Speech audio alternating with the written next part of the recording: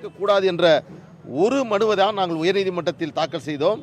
இன்றைக்கு பாட்டாளி மக்கள் கட்சியினுடைய தலைவர் மருத்துவர் அன்புமணி ராமதாஸ் அவர்கள் தரப்பில் மேலும் ஒரு மனு இன்றைக்கு தாக்கல் செய்யப்பட்டிருக்கிறது.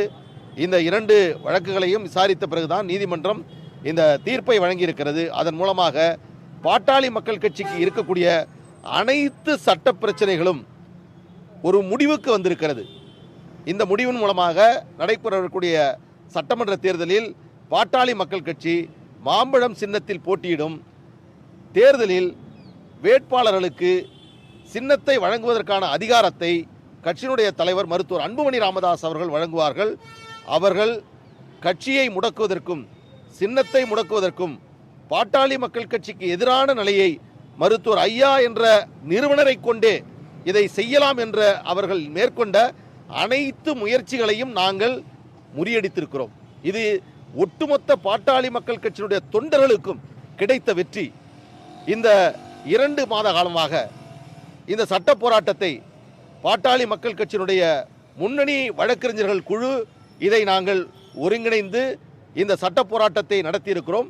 இதன் மூலமாக ஒரு மிகப்பெரிய சட்ட ரீதியான வெற்றியை நாங்கள் பெற்றிருக்கிறோம்.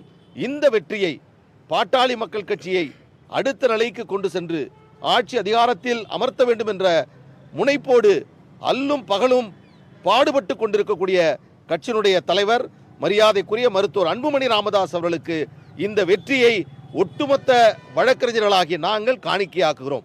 எங்களுடைய அடுத்த நோக்கம், அடுத்த இலக்கு தேர்தலில் களத்திலே நின்று நாங்கள் வெற்றி பெற வேண்டும், அதற்காக பணியாற்ற வேண்டும், பிரச்சாரத்தில் கவனம் செலுத்த வேண்டும்.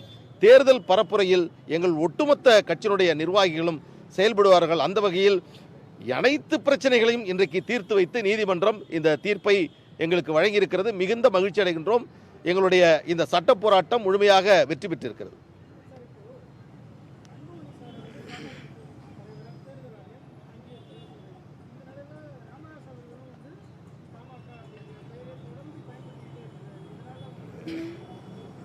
இல்லை, எந்த குழப்பமும் இல்லை. ஏனென்றால் எங்களுக்கான சின்னம் என்பது ஒதுக்கப்பட்டு விட்டது.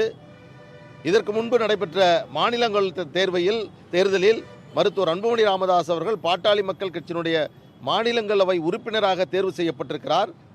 இன்றைக்கு பாண்டிச்சேரியில் 2 வேட்பாளர்கள் பாட்டாளி மக்கள் கட்சியின் சார்பில் வேட்பு மனுவை தாக்கல் செய்திருக்கிறார்கள். அவர்களுக்கான மாம்பழம் சின்னம் ஒதுக்குவதற்கான அந்த அதிகார கடிதத்தையும் மருத்துவர் அன்புமணி ராமதாஸ் அவர்கள் வழங்கியிருக்கிறார். இன்றைக்கு உயர்நீதிமன்றம் இந்த தீர்ப்பை வழங்கியிருக்கிறது. எனவே இந்த சட்ட போராட்டம் என்பது இன்றைக்கு முற்று பெற்று இது ஒரு இறுதியான ஒரு நிலையை இன்றைக்கு நாங்கள் அடைந்திருக்கிறோம்.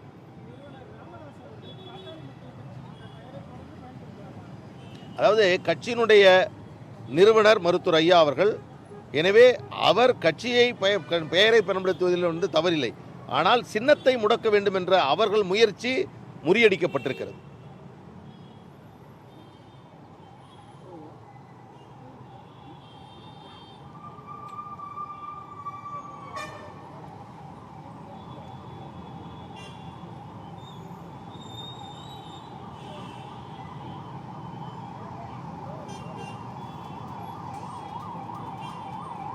போலாமா?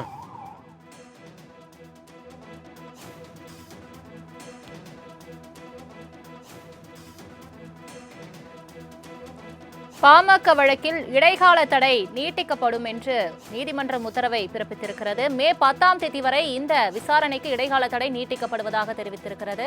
பாமக கட்சியின் பெயர், சின்னம் தொடர்பாக ராமதாஸ் தொடர்ந்த உரிமையியல் வழக்கு விசாரணைக்கு இடைக்கால தடை நீட்டிக்கப்படும் என்று நீதிமன்றம் தெரிவித்திருக்கிறது.